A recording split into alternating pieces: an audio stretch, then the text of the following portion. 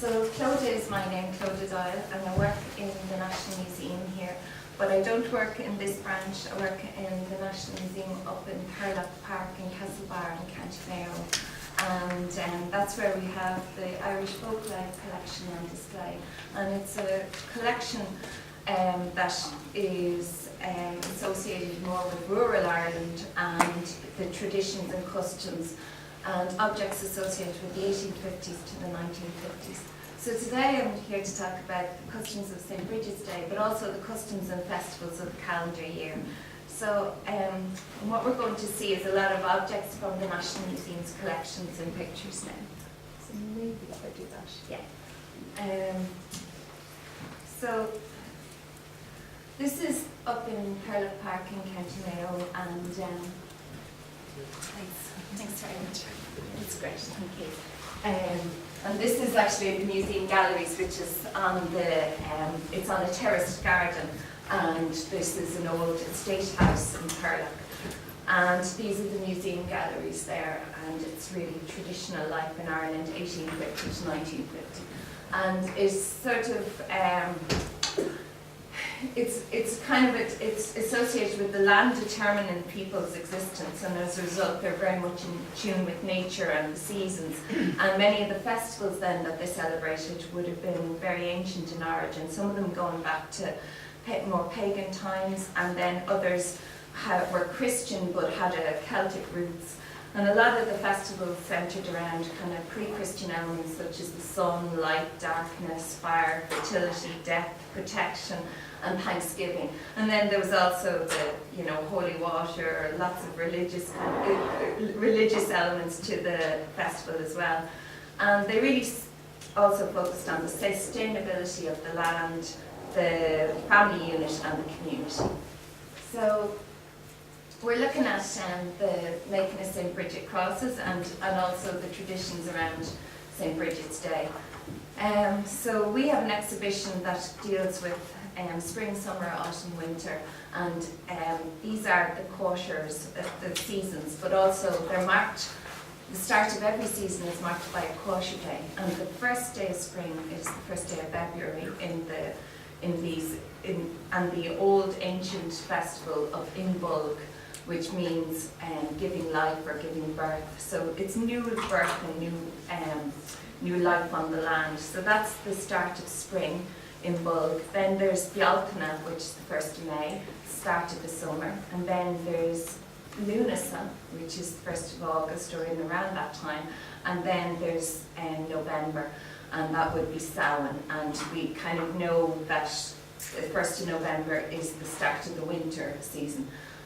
But like with Samhain, we're all familiar that it isn't actually on 1st November that we have the feast, it's actually the evening before. So it's Halloween is the time. It's always the evening before these feast days that are really important. And so with St. Bridget's Day, the day for making your crosses isn't St. Bridget's Day itself, it's actually the 31st of January and the night before.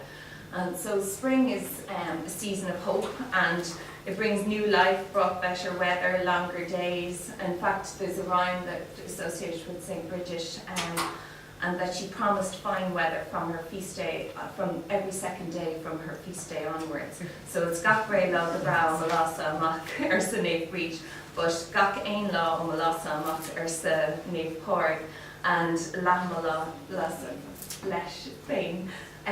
So St. Patrick actually went one better than St. Bridget and actually promised every day would be fine from his day onwards. So that's it.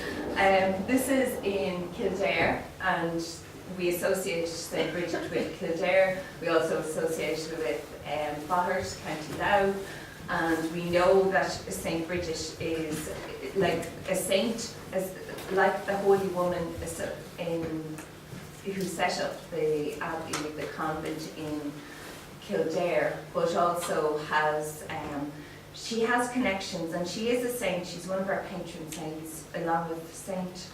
Patrick and St. Columba. And the thing is, though, that she's also known as Mary of the Irish, so she's a kind of our female version of Our Lady in one way, because her association and more in the Yale. and we definitely know that there was a holy woman called Bridget, but there seems to be a lot of connections, and she probably lived around the same time as St. Patrick, in around that time, the 400s. And but the thing is, her feast has been associated very much so with this, connections to a pagan goddess or a Celtic goddess called Bridget as well. So a lot of the things associated with Saint Bridget have associations with kind of an earlier goddess. And it wouldn't be strange for Christianity always took on, in fact, around the 6th century, the Pope at the time, Gregory, he said that he wrote a directive to the Archbishop of Canterbury at the time, St. Augustine, and he said that instead of breaking down, pagan monuments and sacred places or destroying them in any way, to Christianize them and to make them to kind of embrace, so that the new religion could be embraced with the old. So that's why we have a lot of festivals and feast days and religious feasts centered around times where people were already celebrating anyway, This is the display in Thurles Park, and as you can see for St. Bridget's Day, there's actually this cross here, and it has a potato actually inside it. And then this is a crisp Brita, and then there's different selections of different crosses. This actually is a holy water sprinkler, and then we have a pot indicating the feast and the meal of potatoes that people would have eaten, and the other different types of crosses. And actually this is a little broth Brita, a small little charm that fishermen in Tory Island would have used to keep them safe on the boats. So these are a selection of some of the different types of Bridget crosses, and we all kind of recognise this one that RTE had done, but there's so many different variations all over the country. There were so many different varieties, and there was local varieties, and strangely enough, the diamond-shaped crosses were more popular. So these multiple diamonds or single diamond-shaped crosses were actually more popular than this one here, which is known technically as a swastika style one, but actually it's probably another version of the diamond or lozenge cross. But we have 369 Bridget crosses in the museum's collection, which is a huge amount of crosses from all parts of the country. And the reason being is in 1942, the Irish Folklore Commission had a questionnaire on St. Bridget, and as a result of that, a lot of Bridget crosses came into the National Museum. People sent them in, school teachers, everyone. The collectors were out collecting the folklore associated with St. Bridget and St. Bridget's Day, and as a result they sent in crosses that were local to different areas. So we were able to establish just the huge variety of crosses that existed, and just that of the 369, about 144 of them are diamond-shaped ones, and the next, and so 40% of is these diamond shapes, and another 25% would be the one that we're all kind of more familiar with, this the one that RTE have used. So actually, it's strange that it became so popular, this one here, but really it's become so popular since the 60s. But actually, it was the second most popular around the country, and had a much more northern influence. Mainly the northern half of the country was making this cross, and diamond-shaped ones were very popular as well. So this is actually a map of the different types of crosses and different where they were found and different types. So as you can see, there's the diamond, then there's the other one, the swastika style one, or the classic one that we kind of know about now. But there's also three-armed ones, which people often say that reminds you of the Triskel, or the three people in one god. This idea of three being a very important number in Celtic times, 3 people in one, or even if you think of triple spirals and things that have always been part of our culture. Then there's wheel shapes, and actually St. Bridget is associated with, one of the things about her day is that people shouldn't turn a wheel on St. Bridget's Day, and actually spinning wouldn't be done, wheelwrights wouldn't work, so it's certainly, it's some association with no turning of a wheel on St. Bridget's Day. And then this lovely interlaced bow type. And then just simple wooden crosses, sometimes just 2 pieces of wood. Even we have ones that are just very, very simple twigs, and yet these would be the style in certain areas. So that just gives you a good idea of just the different types and different parts of the country. That was a map that was done in the 60s by Kevin Danaher. But then the making of St. Bridget crosses, generally they would have been done in the house, but for the photographer in the 1900s, turn of the century, it's done outside here. And that's just showing you some of the ones that are in the collection. So you get to see some of the diamond-shaped ones, or lodgepole-shaped ones, and different tree-armed ones. On the front and back of some of the diamond ones, single diamond. This is a nice one, it's a lovely wooden one, just 2 wooden pieces, and then wrapped around it is the sheaf of corn. And it's often that the potato or the crop is actually incorporated into the cross, so because you're looking for protection of the crop, whatever it is, be it the grain crop or the potato crop. And so quite often potatoes or grain feature in the actual crosses themselves. Sometimes if straw is used, it's the sheaths are kept on the straw. So it's just the single diamond on the back of it, usually based on a wooden twig system. This is more. So you probably just see a huge variety of crosses front and back now. I just put lots of pictures, multiple diamond shapes, diamonds and more diamonds. So it just gives you a good idea of the types there are. This is the one that was on display in Roscommon, and as you can see, although it's displayed flat, it actually would have been pinned into the scraws of the under thatch of the roof, and actually it would be more of an X or a cross shape when it was pinned in, and the potato would have been incorporated in. It's from Roscommon and was done in 1960, but if a potato was ever used in the cross, quite often it was one of the first potatoes then that might be planted to give a look to the crop. Just some other crosses there, just so simple twig crosses, or just one tiny just crossover there of the reeds or a piece of straw. And then these are the sort of wheel, or they're less common, but certainly they're very, we look a lot in our collection. This one here is interesting, it's made out of goose quills, so just a simple plain cross pinned for St. Bridget's Day. And the 3-armed one. Actually, I might be able to come back to the video here, because there's a great video of people making the crosses, unless I just escape for a second. And let's go to computer. Desktop. Yeah, so it's grand. There's a lovely piece of film footage, if I find it. I did certainly put it there, so I just want to see if it's here. Yeah. So this is some film footage which kind of explains the evening before in a home on St. Bridget's Eve. And the eldest daughter is bringing in the straw or the reeds or rushes, whatever they're going to use to make the crosses. And she's kneeling at the door and knocking on the door 3 times. And she's asking the family to get down on their knees, to open their eyes and to welcome St. Bridget in. And are they prepared to welcome St. Bridget in?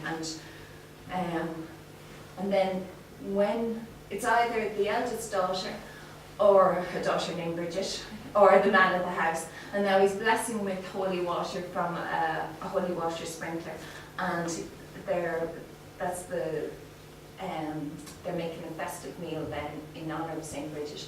And so potatoes and butter would feature strongly, so boxty or mashed potatoes would actually be, Kilcannon would be the meal for the evening.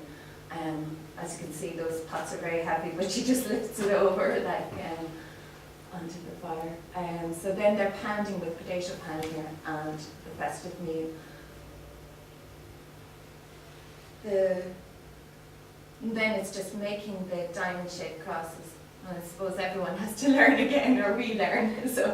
And then putting up the diamond-shaped crosses.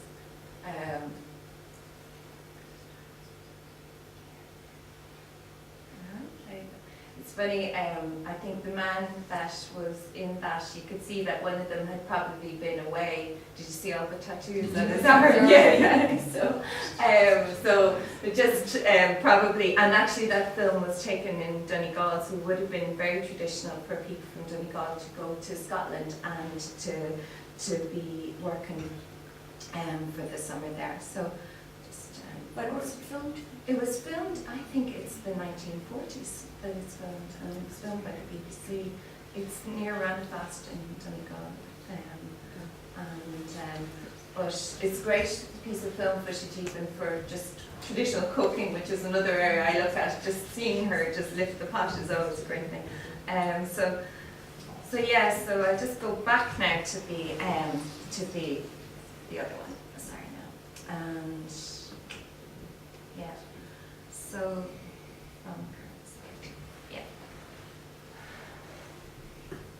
So now this is the ribbon breeja or the brath breeja.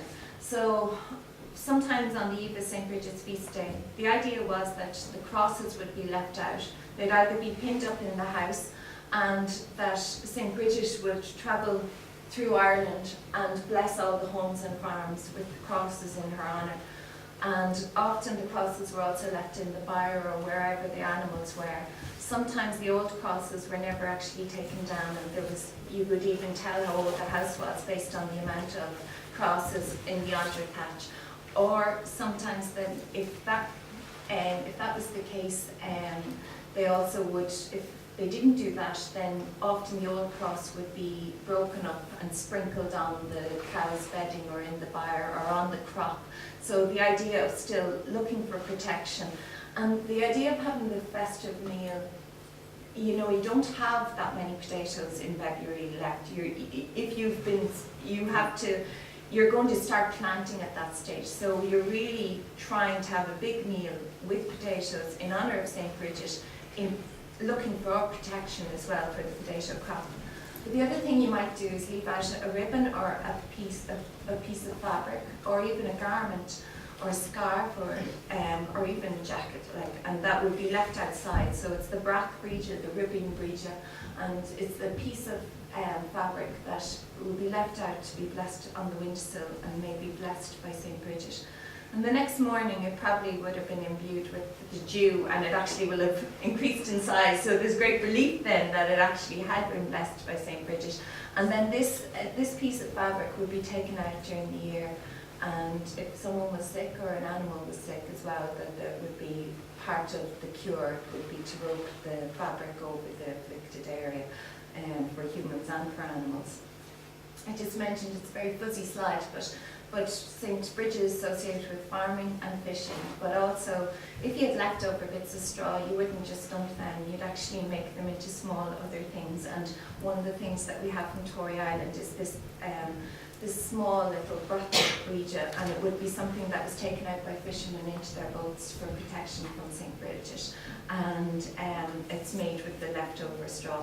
If there was other leftover straw, some women would have made ladders or small little models, spinning wheels, and small wheels, and slept with them under their pillow, small little ones, and the idea that they would dream that night of the man they're going to marry climbing the ladder or spinning the wheel, or so it's associated a bit like the other, it's opposite, which is November. So Halloween, we always think of the barn rack and marriage divination. It's very similar at different times of the quarter days, a bit like that as well.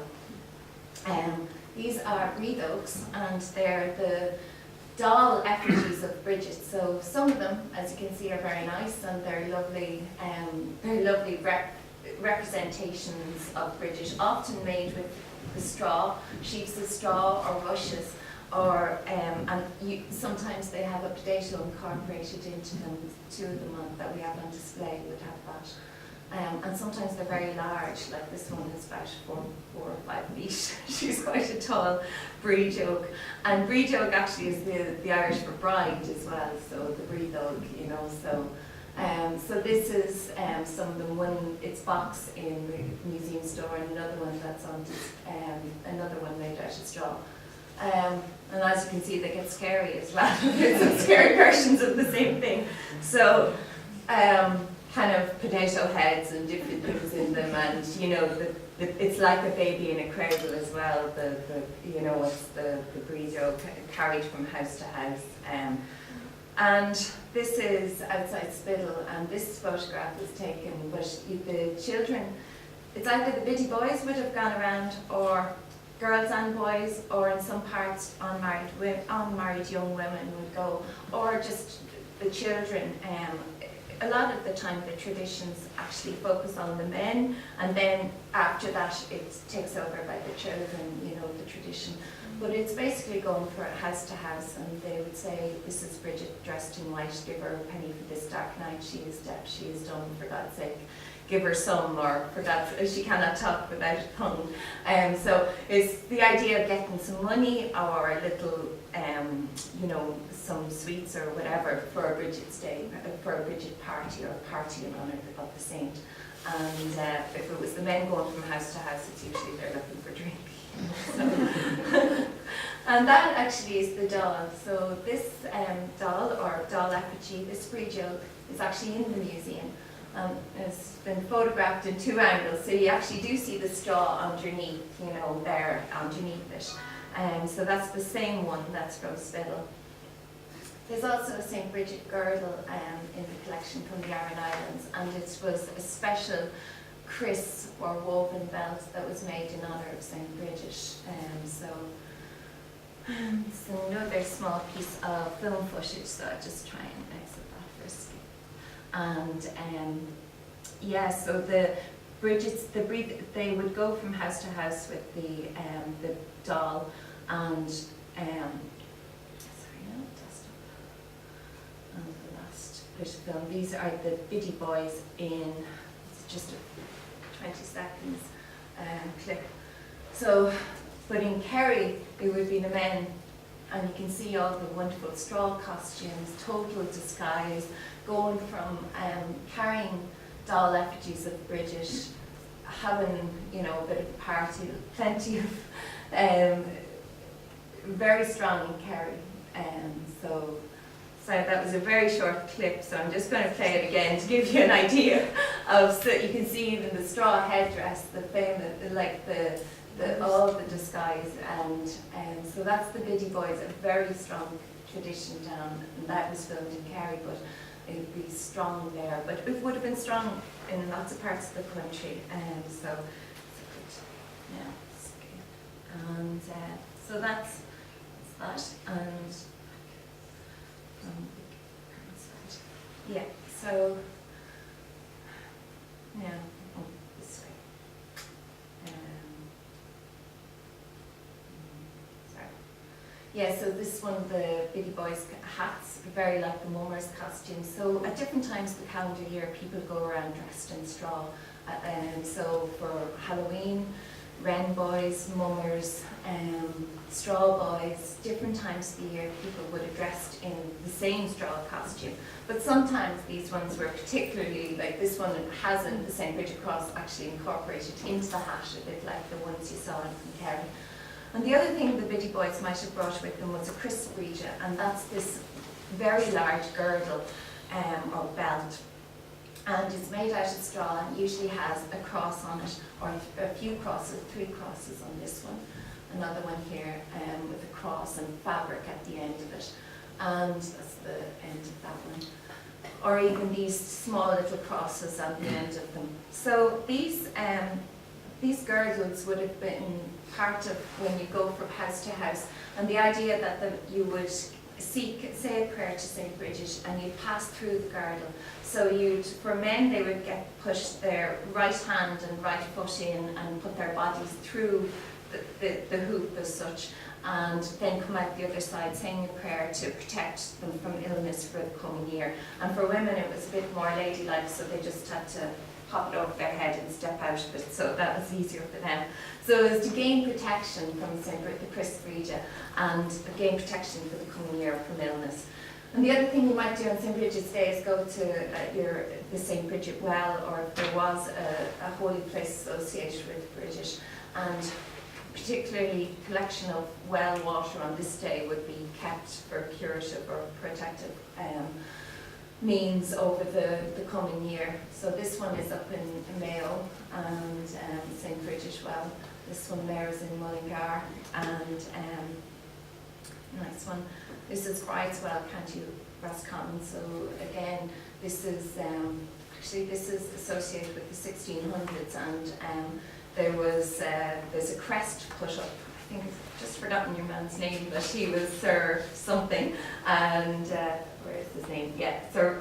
He was Randall MacDonald in the 1600s. He was the Earl of Antrim, and he had heard that there was curative properties at the Brideswell or Bridget's Well in Roscommon, and he sent his wife, who couldn't have children, to partake of the waters, and she was cured and blessed with children. So he put up a plaque then, and kept the well really well. And so this is one in Liscannor in County Clare. It's quite a famous one, and St. Bridget's Well. And when you go inside, there's kind of sheds there beside it, and if you, as you can see, there's a huge amount of pictures and cards and people leaving votive offerings to St. Bridget and for prayers. And that's often the case with a lot of religious holy wells and trees and near holy wells. Will often, people will leave behind a small part of themselves at the well so that their intention would be remembered. And in this place in Liscannor, I mean, when I took those photos, actually it was 2 weeks after the Twin Towers, and there was lots of signs up and lots of prayer cards up asking people to pray for people who were lost in the Twin Towers. So, I mean, it's just I suppose, and it's very evocative there. There's a lot of baby clothes and, there's a lot of sadness and thanksgiving as well, people coming back with thanks as well, and lots of religious pictures. St. Bridget's Stone, Cavan, so there's different, St. Bridget's Chair on Loch Derg. This is in Loch Derg on the mainland. This is St. Bridget Cross then in the church on the mainland. So that kind of gives you an idea of St. Bridget's Day. And I'm just going to quickly go through the rest of the calendar year, because it's just coming up to Shrove Tuesday and Lent, because Lent was such a much more abstemious time for people, and really they would have given up eggs, all dairy products, eggs, milk and meat, and so really to use up your surplus milk and eggs, you'd have pancakes, and that's why we'd have Shrove Tuesday. And again, that's the time for getting married as well.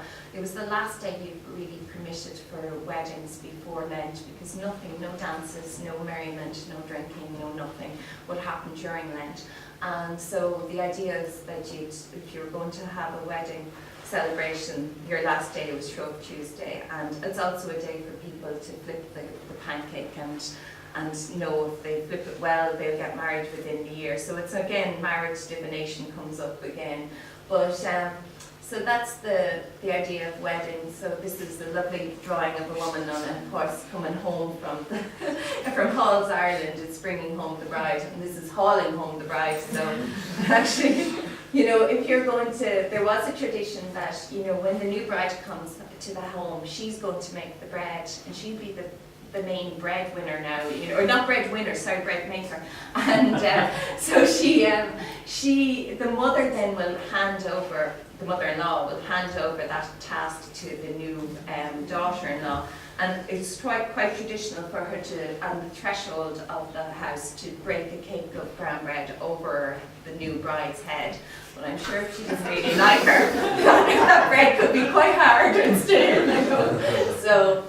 And then again, this is the Straw Boys. That was a photo taken of the Straw Boys in the 70s in Roscommon, and they're very like the Rubber Bandits or something. So, and then the wedding dress and Straw Boys outfit on display. And the idea as well is that if you didn't, these were uninvited, disguised guests, and if you didn't treat them well, then you were actually You know, they might burn their costumes on a nearby tree and show everyone how mean you were, you know, so you'd have no luck in your marriage as a result if you weren't nice to the straw boys. Now, quite meanly, if you hadn't got married and you were a spinster or a bachelor and you hadn't got married when Lent starts, you're starting into a very busy time in the agricultural year, so this work happens. Weddings don't really happen after that as much, and so if you missed your chance to get married, the first Sunday after Lent was called Chalk Sunday, and it's a Sunday where the names, children chalked X's on the backs of people who hadn't married, you know, and it's the idea as well that you're not giving much back to the community. So there's a sense that, I think if you've seen a lot of the films, you know, the old Irish films, that often it's the spinster or the bachelor where people play tricks on them at Halloween or at different times. But they're almost a source for jokes because communities didn't favour people who weren't continuing with the community or giving new life to the community. So this is Chalk Sunday, the first Sunday after Lent was known as Chalk Sunday. And then there was another custom just in Munster, but it was this marriage custom of going to the Skelligs. So if you're in around the Munster region, right up in the centre of the town would be two lists of men and women who were due to get married on the Skelligs, and they would be going, they wouldn't be getting married at all, they'd be just bachelors and spinsters, unlikely matches, and they'd be put up in a public place that these people were getting married in Skelligs, because it was believed that the Skelligs they were a week behind on the religious calendar, so if you missed your chance by Shrove, you had still got some time to get married on the Skelligs. So they'd post up these public kind of humiliation lists. And so that's the going to the Skelligs, or Skellig lists they were called. So actually, just I was going to say, in Ballinrobe, near where I live in Mayo, Chalk Sunday wasn't as popular as Salt Monday. Salt Monday was because Monday was the market day, so it was a busier day in the town, and they would sprinkle salt on the bachelors and spinsters who hadn't married, and it was to pickle them for another year. See if they'd keep them going now. So then it comes to St. Patrick's Day, and St. Patrick's Day, the shamrock, the 3 persons in one, and these are St. Patrick's Day crosses that we have in the museum. And again, it's the idea of the cross, but different versions of it. And these ones are from County Kildare, but as you can see, the fabric ones, we have paper ones and fabric ones. But the fabric ones are really the early rosette, really, that you know, would have been worn. The other great thing about St. Patrick's Day, if you're Irish, it happens always in the middle of Lent, and the great thing was that you can go back to drinking and whatever. And so it's our day off that the Irish get from Lent. So again, it's the drinking, drowning the shamrock, or drinking and the drink in honour of St. Patrick. In fact, yeah, I think you couldn't, St. Patrick's Day you couldn't drink, because sometimes it was a day to try and get to a pub was hard, and it wasn't, pubs weren't open then later on, because the temperance movement really targeted St. Patrick's Day. So pioneers really started to target St. Patrick's Day and have temperance processions from the church, and that's kind of the early idea of the kind of the small parades, really, bands and things organised by the temperance movement. And it really isn't until it's the American influence of the parades coming back into the larger towns that comes back almost from Australia and America, where Irish troops were parading on that day, and then it starts into parades. This is some Easter eggs in the collection, and they're lovely ones. This one's meant to be Yeats. There's an Egyptian lady, and I don't know what that one is, I can't remember. Just the other two had them written on the back there, you know, but they're, you see, on Easter Sunday morning, you have so many eggs that are built up because nobody's been eating eggs or milk, and so there's plenty of eggs for children to play with, paint, roll down hills, have little egg fires for themselves, and then it comes to May and the welcoming in the summer, Bealtaine. So this is the May bush that the kids are carrying, kids in Wexford. But also May is a very superstitious time. It's again another quarter day, and the idea is that you're moving between, Hello, Carol. Hi, come on in. How are you doing? So May time is another time which is traditionally you're moving into another calendar quarter, and people are very suspicious about this time period because it's a bit like a liminal time where people always were worried about that you're not quite in spring and you're not quite in summer, so you're halfway between the two. And people were very worried that these times, a bit like dawn or dusk, where it's not quite day or not quite night, or a beach isn't quite land or water, it's this idea of this kind of time space where you're much more open to the supernatural world. And people believed in fairies and the dead returning. It's the idea of the supernatural was much more prevalent around this time. And to protect themselves, they would put mayflowers and ferns and different things around the thresholds so as to protect their home. And there was the idea that the fairies couldn't pass the sweet-smelling flowers. The mayflowers are always the yellow flowers and the small blue flowers. And there was great belief in churning around that time because the milk and the milk yield was to be protected, and great belief in the evil eye around that time. So it was very much about superstition, May, and that your household yield, like the dew could be stolen from your field by somebody just touching your field, and as a result you'll have no luck and your crops might fail, or somebody coming into the house and not taking a dash of the churn, and from then on you won't have milk, or like you won't get good butter and things like that. So it's also the start of hurling and outdoor sports, and the Sahara hurling ball. There's a whole collection of these on display in the GA Museum at the moment. May is also a time for welcoming in the summer, the maypole dancing, and in places of more English influence in larger towns, Portlaoise and Kilkenny and some of the larger, Longford, all had maypoles, you know, and this is Hollywood, County Down, where a formal pole has been there, but generally a maypole would have been just a very large piece of a large tree, timber, and dancing around the maypole. But then the thing about the Christian idea, May is now the month of Mary, and you know, the May processions, having a May altar. And then the May Queens there would have been May Queens and vying for the Queen of the May.